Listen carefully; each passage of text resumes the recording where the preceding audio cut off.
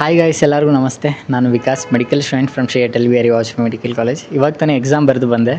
ಇವಾಗ ಏನು ಇನ್ಫಾರ್ಮೇಷನ್ ಕೊಡೋಕೆ ಅಂತ ಈ ವಿಡಿಯೋದಲ್ಲಿ ಬಂದಿದ್ದೀನಿ ಅಂದರೆ, ಮಾಕ್ ಅಲಾಟ್ಮೆಂಟ್ ಇರುತ್ತಾ ಇಲ್ವಾ? ಯಾಕೆಂದರೆ ತುಂಬ ಕನ್ಫ್ಯೂಷನ್ಸ್ ಕ್ರಿಯೇಟ್ ಆಗಿದೆ ಸ್ಟೂಡೆಂಟ್ಸಲ್ಲಿ.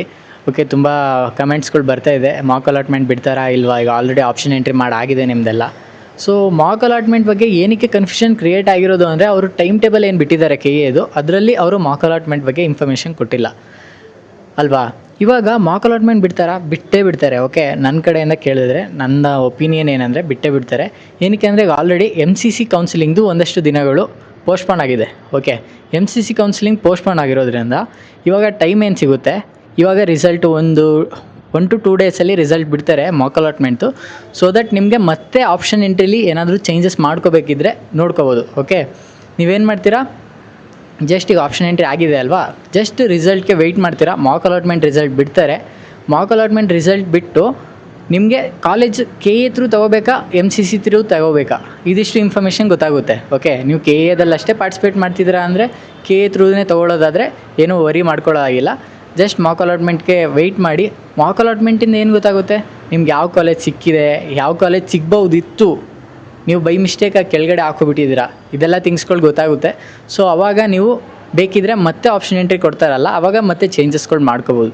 ಓಕೆ, ಬೈ ಮಿಸ್ಟೇಕ್ ಏನಾದರೂ ಆಪ್ಷನ್ ಎಂಟ್ರಿ ಬಿಡಲಿಲ್ಲ ಅಂದರೆ ಮಾಕ್ ಅಲಾಟ್ಮೆಂಟ್ ರಿಸಲ್ಟ್ ಬಿಡಲಿಲ್ಲ, ಡೈರೆಕ್ಟ್ ಫಸ್ಟ್ ರೌಂಡ್ ರಿಸಲ್ಟ್ ಬಿಟ್ಟರು, ಏನು ಮಾಡೋದು?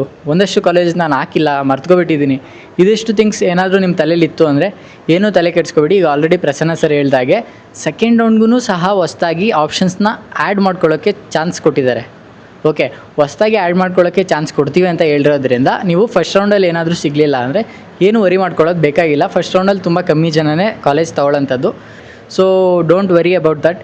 ನೀವು ಜಸ್ಟ್ ಆಪ್ಷನ್ ಎಂಟ್ರಿ ಮಾಡಿ. ಈಗ ವೆಯ್ಟ್ ಮಾಡಿ ಮಾಕ್ ಅಲಾಟ್ಮೆಂಟ್ ರಿಸಲ್ಟ್ ಬಿಟ್ಟ ಮೇಲೆ ನೀವು ಯೋಚನೆ ಮಾಡೋರಂತೆ. ಇವಾಗ ನನ್ನ ಕಡೆಯಿಂದ ಇನ್ನೊಂದೇನು ಅಪ್ಡೇಟ್ ಅಂದರೆ, ನಾನೀಗ ಎಕ್ಸಾಮ್ ಬರೆದು ಬಂದಿದ್ದೀನಿ.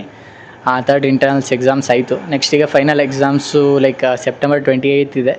ಸೊ ಈಗ ಒಂದು 3 days I am completely free.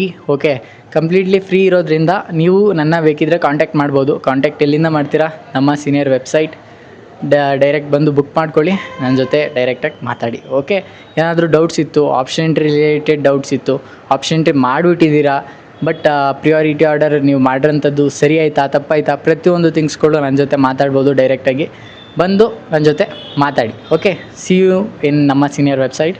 Take care, bye.